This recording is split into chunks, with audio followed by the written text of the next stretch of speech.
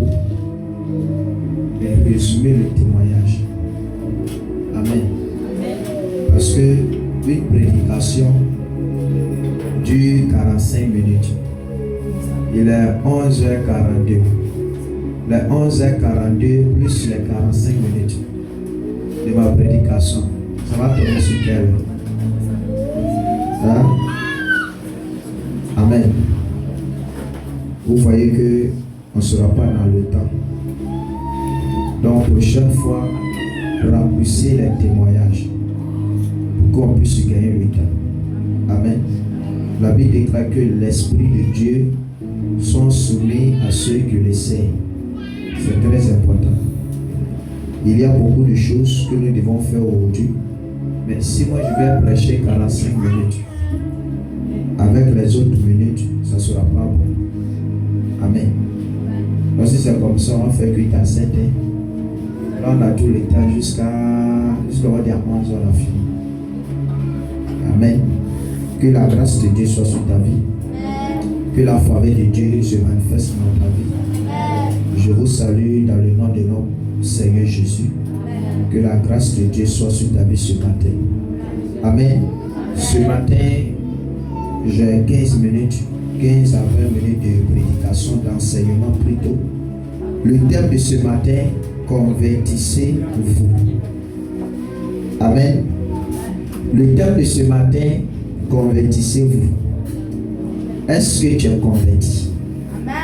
Demande à ton frère, est-ce qu'il est converti? Amen. Et le sous-thème, un chrétien ne doit pas avoir double vie. Le sous-thème, un chrétien ne doit pas avoir double vie. Amen. Et le thème principal, convertissez-vous. Et le sous-thème, un chrétien ne doit pas avoir double vie. Bien aimé, c'est ce qui nous fatigue. Et souvent, il y a des personnes que l'habitude de dire que non, Dieu ne me bénit pas. Mais toi seul, tu as double vie. Tu es chrétien, mais ta vie n'est pas conforme à la parole de Dieu. Tu es chrétien, tu ne pardonnes pas. Tu es chrétien, tu ne quittes pas le péché. Tu es chrétien, tu n'abandonnes pas les mauvaises choses. Comment l'Éternel Dieu Tout-Puissant pourra aussi te bénir? Amen. Parce qu'une personne qui est convertie, une chrétienne qui est convertie, cette personne marche sur les principes de Dieu. Est-ce que je parle à l'esprit de quelqu'un? Parce que quelqu'un qui n'est pas converti ne peut pas marcher sur les principes de Dieu. Tu viens à l'église, on te dit que le péché n'est pas bon. Quand toi tu sors de l'église, tu dois commettre le péché. Tu viens à l'église, on te dit que la colère n'est pas bon. Mais quand tu sors de l'église, tu manifestes la colère. Bien aimé, tu n'es pas converti. Une personne qui est dans la présence de Dieu, qui vit mal, cette personne n'est pas convertie. Parce que venir à l'église, même les sorciers viennent à l'église. Les démoniaques viennent à l'église. Amen. Ce n'est pas la quantité que Dieu cherche, mais c'est la qualité. De la manière que peut-être l'église peut être remplie. Est-ce qu'il y a des personnes qui font véritablement la volonté de Dieu? Amen. Parce que quelle est la volonté de Dieu dans ta vie? Quel est le plan de Dieu dans ta vie? Quel est le projet que Dieu a pour toi? À cause de certains comportements, tu vas t'éloigner de la grâce de Dieu. À cause de certains péchés, tu vas perdre la grâce. Comme il y a des personnes qui viennent à l'église, ils donnent des offrandes, mais leur vie ne change pas. Et ils accusent l'église là où ils sont. Non, le pasteur n'a pas onction. L'homme de Dieu n'est pas puissant. Bien aimé, tu peux tomber 10 fois. Mais si ta vie dans laquelle tu es là, tu ne changes pas, c'est pas le tomber qui va te positionner dans ta gloire. Amen. On va prier, on va prophétiser sur toi 1000 fois. Mais si toi-même tu ne te mets pas en cause pour connaître que la chose dans laquelle je suis n'est pas conforme à la parole de Dieu. Dieu m'a interdit de faire ça en tant que chrétien. Et que tu n'es pas prêt à arrêter ça, bien-aimé. Tu n'auras rien de la part de Dieu. Amen. Donc pour pouvoir hériter quelque chose de la part de Dieu, tu dois abandonner ton ancienne vie. Peut-être c'est la masturbation. Peut-être c'est les calories. Peut-être c'est le sexe. Peut-être c'est l'impudicité qui te fatigue. Peut-être c'est la colère. Peut-être c'est l'adultère. Beaucoup de choses qui te fatiguent. Il faut sortir de ça. Il faut te déconnecter de ça. Et tu verras la gloire de Dieu sur ta vie. Dieu est prêt à changer la vie de chacun d'entre nous. Mais quel est ton engagement vis-à-vis de l'Éternel? Toi seul, et que tu me vois, tu me regardes, tu connais ton péché qui te fatigue. Il y a des personnes qui ne pardonnent pas facilement. Il y a des personnes, ils n'ont pas un cœur pour pouvoir pardonner. Et ils rendent le mal par le mal. Tu m'as insulté, je vais t'insulter. Tu m'attaques, je vais t'attaquer. Donc ce comportement, ce caractère-là peut t'éloigner de ta gloire. Parce que le diable n'est pas venu pour s'amuser. Et chaque fois qu'il y a une gloire, le diable va te faire chuter dans le péché pour se moquer de toi. Là où tu es en train de prier, tu étais sur le point d'être exaucé. Et voilà que Dieu va susciter une Jézabel pour venir te faire chuter et tu vas perdre ta gloire. Et c'est cette chose qui a ruiné la vie de Samson. Ma Bible déclare que Samson avait la force. Samson avait le pouvoir. Samson avait l'autorité. Mais lorsque Delilah est rentrée dans la vie de Samson, la vie de Samson a été ruinée. Ce n'est pas tout le monde qui a la capacité de rentrer dans ta vie. Parce qu'il y a des personnes, lorsqu'ils viennent dans ta vie, ils viennent pour te détruire. Il y a des personnes, lorsque tu crées une connexion avec eux, ils sont là pour te ramener en arrière. Lorsque tu es prêt à aller à l'avant, et ils ont le projet de te ramener en arrière. Parce que lorsque tu avances, ils méditent ta chute, ils méditent la méchanceté, ils méditent la haine, ils méditent la honte, ils méditent les pleurs, ils méditent les blocages contre toi.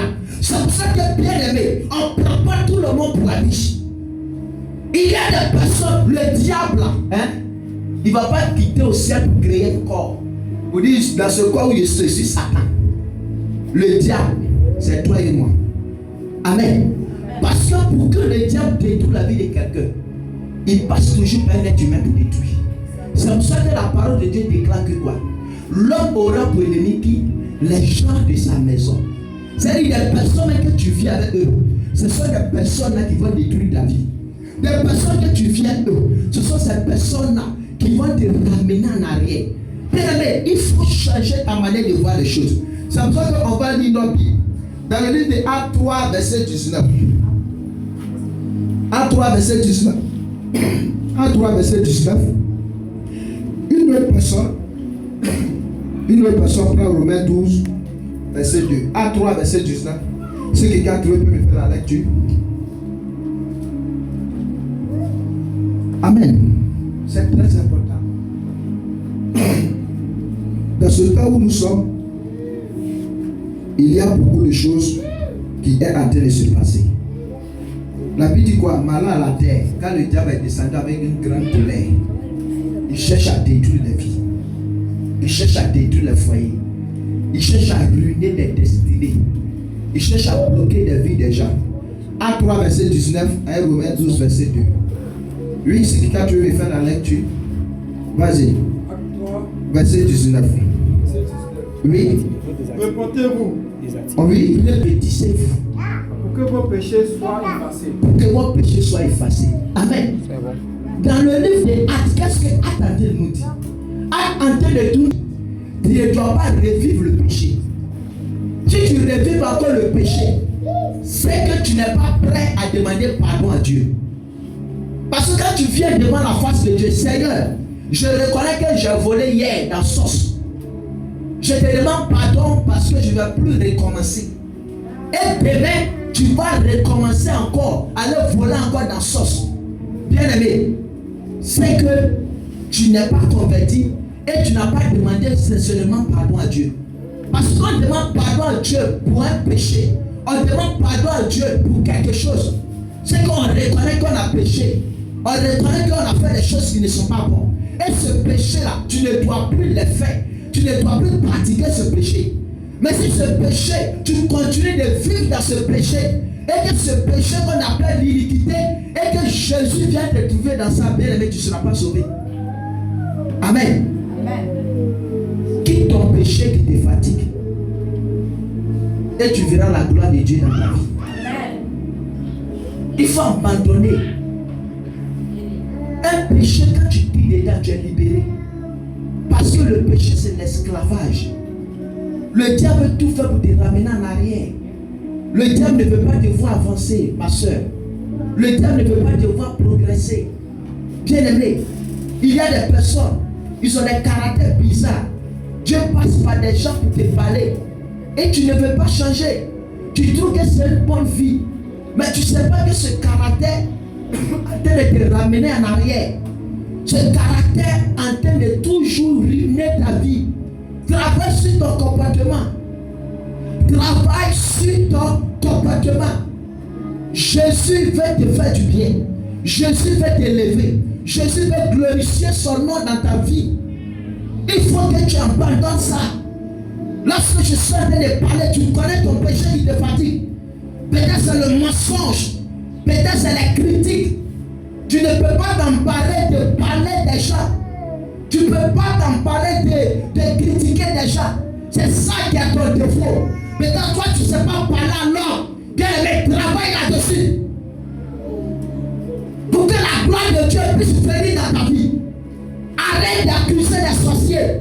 Tu as dit beaucoup de péchés sur ta vie. Et plein de péchés sont manipulés par les œuvres du diable. Plein de péchés sont manipulés par des démons. Quand tu ouvres une porte, quand tu ouvres des portes de péché, tu connais combien de démons qui rentrent. Parce que chaque porte de péché est engendrée par des démons de l'enfer. Et ces démons-là viennent pour ruiner ta destinée, pour t'empêcher de t'élever, pour t'empêcher de rentrer dans ta gloire, pour t'empêcher de rentrer dans ta destinée. Amen. Amen. Dieu n'est pas un homme pour mentir, ni le fils de l'homme pour se répartir. Quand Dieu dit je vais t'élever, il va t'élever. Mais ton élévation dépendra de toi-même. Qu'est-ce que tu fais pour que Dieu t'élève? Je vais te dire quelque chose ce matin. L'onction de Dieu ne peut pas élever quelqu'un. Mais c'est le caractère qui pousse l'onction à t'élever. Est-ce que je parle à quelqu'un ce matin? Je dis l'onction de Dieu ne peut pas lever quelqu'un ce matin. Mais c'est ton caractère qui va pousser l'onction de se manifester dans ta vie. La Bible déclare que lorsque Jésus est allé au bord de cette piscine pestage-là, il y avait plusieurs malades qui étaient couchés. La Bible déclare qu'il y avait un malade de 38 ans qui était couché avant même que Jésus naisse. Et lorsque Jésus est arrivé, il y avait plusieurs malades. Il demande, tu vas te guérir quand? Il y a d'autres qui disent, mais Seigneur, moi-même ça fait longtemps que je suis ici. Je n'ai personne pour me jeter dans l'eau. Quand l'ange vient remuer l'eau, celui qui descend premier reçoit sa guérison. Et il a reçu celui de 38 ans. C'est même chose a dit. Mais Jésus a dit, je ne peux pas sortir dans ce lieu sans qu'il n'y a pas un miracle. Malgré qu'il n'a pas répondu correctement. Mais Jésus lui a reposé encore la question. Veux-tu être guéri? Il dit, je n'ai personne pour me jeter dans l'eau. Quand l'ange vient, il descend. Celui qui descend avant moi, il est guéri. Ça fait 38 ans dans sa souffrance. Tout le monde descend avant lui. Et lui, il a assis là, il ne reçoit pas sa guérison. Et comment Dieu avait tissé une alliance? Il faudra que Dieu aussi demande sa puissance à des juifs et à des pharisiens. Pour qu'ils croient à la puissance de Dieu. Pour qu'ils voient la puissance de Dieu. Et Jésus lui a dit, aujourd'hui même tu seras guéri. Lève-toi et marche.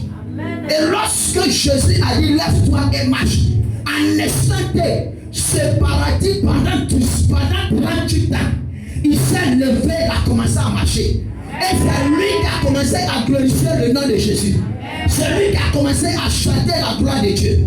L'onction de Dieu l'a poussé à se lever. Bien-aimé, soigne ton caractère pour que l'onction te pousse à rentrer dans ta destinée. Si tu ne changes pas ta mauvaise vie, tu ne verras pas l'onction de Dieu sur ta vie. L'onction, elle sert à avancer. L'onction, elle sert à prospérer. L'onction, elle sert à pousser. L'onction, elle sert à distinguer. Dieu veut sélectionner des personnes pour les élever. Dieu veut faire briller l'étoile des gens. Dieu veut prendre des personnes dans leur famille pour faire taire à des personnes qui s'arrêtent sur les hôtels. Pour dire dans cette famille de connards, personne ne va réussir. Dans cette famille de connards, personne ne va voyager. Mais Dieu est prêt à te qualifier. Mais tu n'es pas prêt à rentrer dans cette qualification. Parce que tu as décidé de t'attacher à le péché. Tu as décidé d'aimer le péché. Et le plan du péché, c'est de t'empêcher de rentrer dans ta qualification. Mais ce matin, je déclare dans le nom de Jésus que quelqu'un rentre sa qualification dans le nom de Jésus. Tu seras qualifié. Là, peut-être qu'on dit que là, dans ta famille, personne ne doit voyager. Mais tu dois t'arrêter sur le terre de Dieu. Tu dois proclamer, je vais voyager. Et quand tu proclames cela, tu dois changer de vie. La Bible déclare que sans la sanctification, nul ne verra le Seigneur. Même ton riz, papa, même ton ainsi par le Seigneur. Même la gloire de Dieu, tu dis, je suis émerveillé, ta manière de chanter, c'est pas quoi. Si tu n'as pas la sanctification, tu ne verras pas le Seigneur. Offre ton corps comme un sacrifice parfait à Dieu. Ton corps appartient à qui? Est-ce que ton corps, tu as livré ton corps à des biens? Tu as livré ton corps à des sommes monnaie? Tu as livré ton corps à des maquis dans les boîtes de nuit? Bien aimé, regarde ton environnement. C'est pour ça que depuis longtemps, il y a des choses, je ne vais plus dans les lieux bizarres. Quel est dans les lieux bizarres? Je ne peux pas aller dans une cérémonie qui n'est pas la gloire de Dieu. Parce que je ne sais pas quand Jésus va venir. La Bible dit que malheur, le jour que l'Éternel viendra, il y aura des personnes qui sont peut-être sur les femmes, qui n'ont pas fait la volonté de Dieu. Il y aura des femmes qui sont enceintes. Il y aura peut-être des personnes qui sont dans les bars. Il y aura des personnes peut-être qui sont en train de marcher dans les rues. Et c'est par là que le Seigneur viendra. Mais quand le Seigneur va venir, c'est où le Seigneur va te rencontrer? Dans un bar. Est-ce que quand le Seigneur viendra, tu es en train de prier? Est-ce que quand le Seigneur viendra, tu es en train de jeûner? Est-ce que quand le Seigneur viendra, tu es en train de méditer? Où le Seigneur viendra te prendre? Change ça. Romains 12, verset 2. Il dit quoi? Romains 12, verset 2, pour terminer. Ne sont pas au sac présent. Voilà des chrétiens. Je viens, on va continuer. Voilà des mots des chrétiens. Païen à 2 gars. Chrétien à 3 gars. Païen en poli. Chrétien aussi en poli. Païen est d'en bas. Chrétien aussi est d'en bas. Amen. La Bible dit quoi? Ne vous confondez pas au secte présent.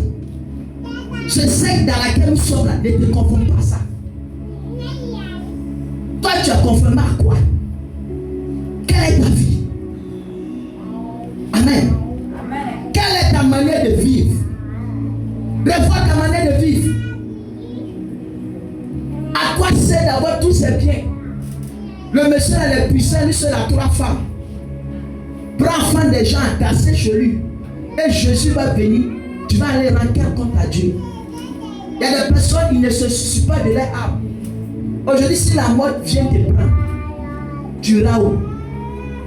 Si la mort vient aujourd'hui, est-ce que tu seras sauvé? Tu penses que la vie que tu as là, c'est pour toi? Aujourd'hui même tu peux dormir et Dieu va t'enlever.